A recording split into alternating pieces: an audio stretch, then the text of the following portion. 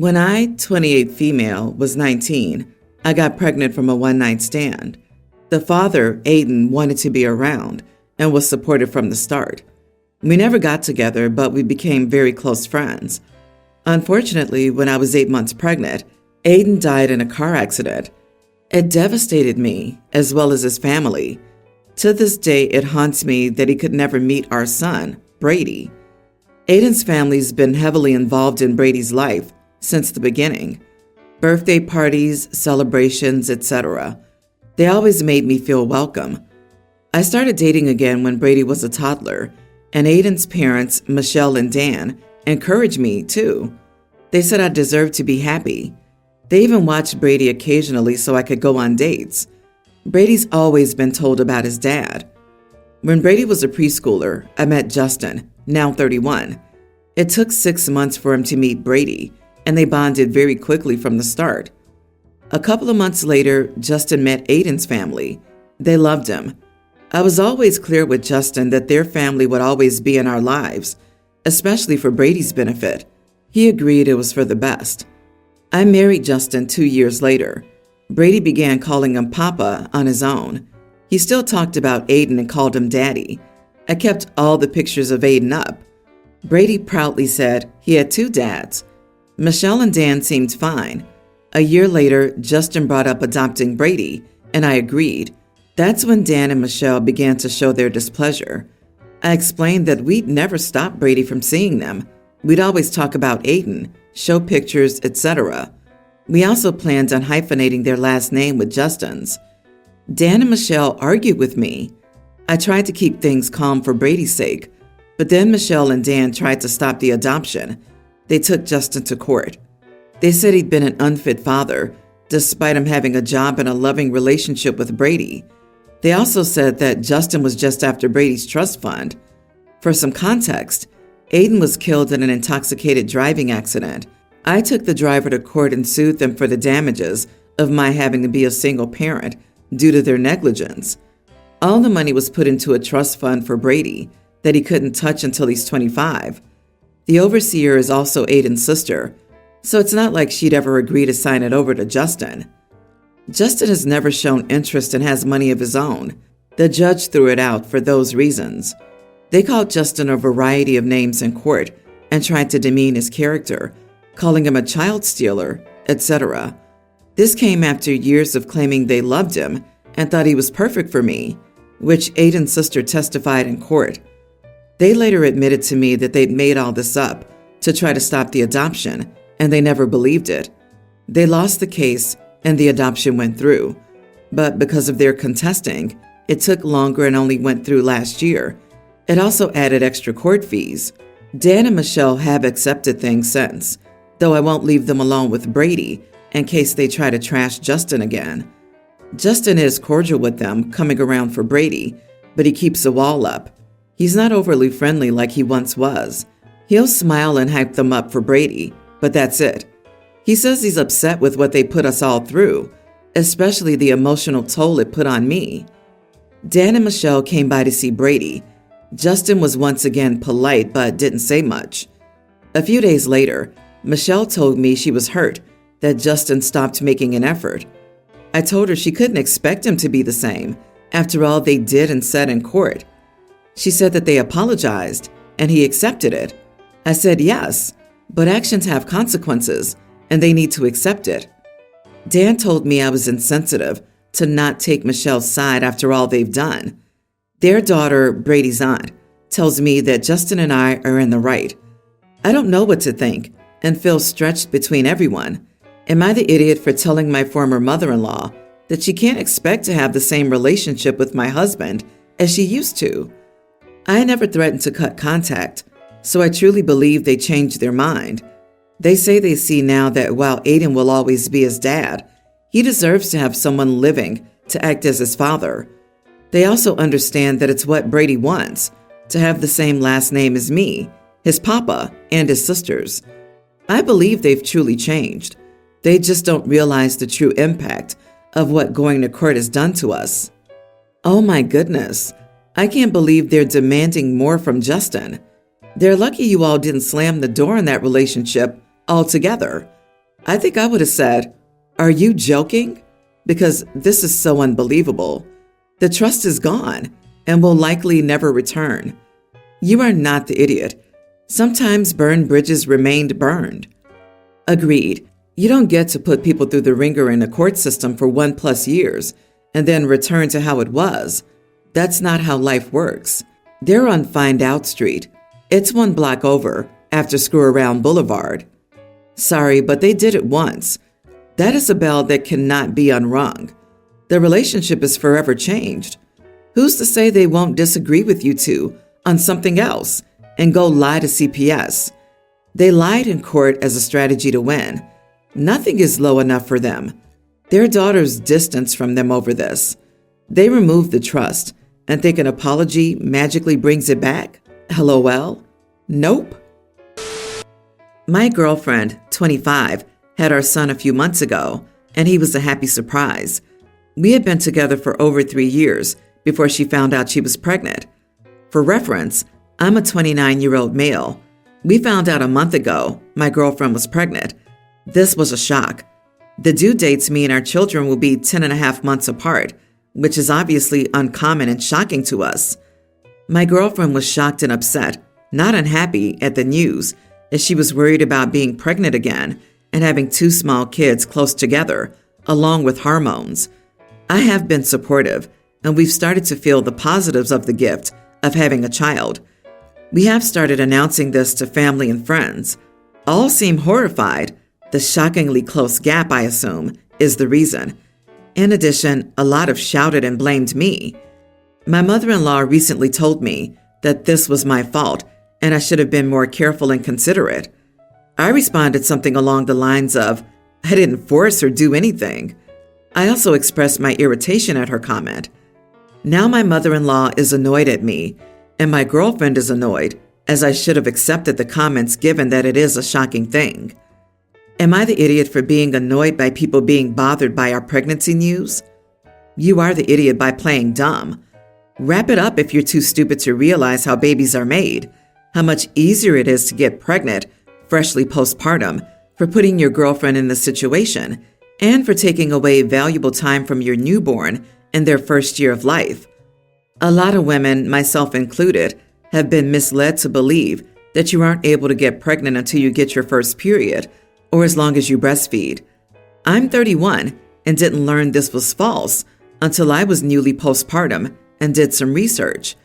I'm not saying this is the case here, but it could be. Shockingly, a lot of people still believe it now. It's wild. Look, dude, I'm not going to pass judgment on you guys for going through with the pregnancy, but coming from an outside perspective, not spacing pregnancies can cause significant health issues for both the mother and the child. If I were your friend or your girlfriend's sister or mother or something, I would be scared to hear this news because of what it could mean for her health, her life, or your baby's life. And even if you two might have both been involved in the baby making, since she's the one who's physically undertaking the risk, it's a lot easier to vent some of those feelings onto you than the person who might deal with the consequences the hardest of all. I, 27 female, am in a bit of a dilemma. I've been seeing this guy for a couple of months, and we decided to go to a nice high-end restaurant for a date. Initially, I was going to wear a nice dark blue dress that I like to wear out, but he asked me to wear a different white dress that I'd shown him once, as it matched his outfit. I've never had a guy ask me this. The white dress in question was a gift from my late grandmother. It was quite expensive, so I was reluctant but agreed, and just asked that we didn't go anywhere after where I might spill something on it or otherwise mess it up. He mentioned clubbing after dinner, which is why I said that. I didn't want to risk messing the dress up. He said we could just go to dinner and I could change out of it before doing anything else. Great. However, the evening took a turn for the worse when he accidentally spilled his red wine all over my dress. He had gotten an unexpected call, and when he tried to mute his ringer quickly, his elbow hit his glass and it spilled all over the lap area of my dress before I could react. It was completely drenched and stained. He was apologetic at the time, and I tried to be cool about it. Still inside, I was devastated, especially since I had explicitly mentioned how I wanted to be careful wearing it. Later, I mentioned to him that the dress was costly and asked if he'd be willing to help clean or replace it. Getting it professionally cleaned and removing the stain would cost about $100, which I asked him to pay half of. To my surprise, he got quite defensive. He argued that it was an accident, that I was being unreasonable for expecting him to pay for something like that, and that it was my fault for wearing it out, knowing that it could have happened. It's a matter of principle. Yes, it was an accident, but the dress was ruined, and it was extremely sentimental to me, not to mention a valuable dress. He thinks I'm being materialistic and making a big deal out of nothing. Now I'm not sure how to feel about his reaction. Am I the idiot for expecting him to cover the cost? Not the idiot. You shouldn't have needed to ask. He should have offered to cover all the cleaning cost. Yes, it was an accident, but that doesn't absolve him of responsibility. The fact that he won't even cover half shows what kind of person he is, and how he's shifting the blame to you like he never suggested you wear it is gaslighting. It sucks that this relationship cost you your beautiful dress, but it's much less than your lifetime. This man is not a keeper. It's time to move on. I hope the cleaners can restore your dress to its original condition. Agree. Drop the guy and pay for the dress yourself and be happy. This failed relationship only cost you $100. I don't understand the mindset that because you accidentally did something, you're entirely off the hook for the consequences. Also, crappy of him to blame you for wearing it out when he specifically asked you to. Does he think this defense would work if he accidentally wrecked his car into someone? Or accidentally screwed something up at work? His actions have consequences. Geez. The real issue here, though, this guy won't even pay $50 for you? If I really fancy a girl, I will meet in the middle for stuff like that, at the very least. I wouldn't risk losing a good relationship over so little money. Lose that loser. I could be overreacting here, and depending on the opinions, I will apologize if needed. I gave birth to my husband and I's first and last baby a few months ago. We're both 30. My mother-in-law's 56. Since I gave birth, I've grown to hate this woman because of her unwanted opinions on parenting my daughter. Like coming here and telling me I can't pick my daughter up when she's crying because the baby's apparently just playing me and I'm going to regret it when my daughter becomes a Velcro kid who won't leave me alone. She said that when my daughter was a week old. She got angry at me for ignoring her and picking up my daughter anyway, and left after shaking her head. She started bringing clothes here for my daughter that were very obviously boys. Dark blue pants, dark red outfits that said stuff like, "Daddy's little dude," or had trucks all over them. When I commented on it, it was given a snarky, "She doesn't know what she's wearing, so I don't see why you care." Seems like a weird thing to be bothered by.